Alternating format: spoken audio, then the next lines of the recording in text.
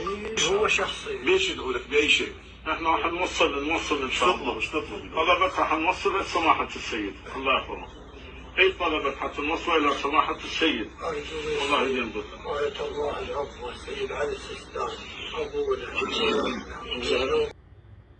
أقول يا عبد المهدي الكربلائي، هذه الدعايات لو تتركوها عنكم أفضل. وأنا سبق وسويت مناشدة إليك في أوضاع طلبة القطيف بحرين أحساء، وشلونهم متعسرة أحوالهم، ولا أنت ذاك خبر. وقلت والله رايح أفضح أكذوبة الخمس اللي ضاحكين على الناس بها.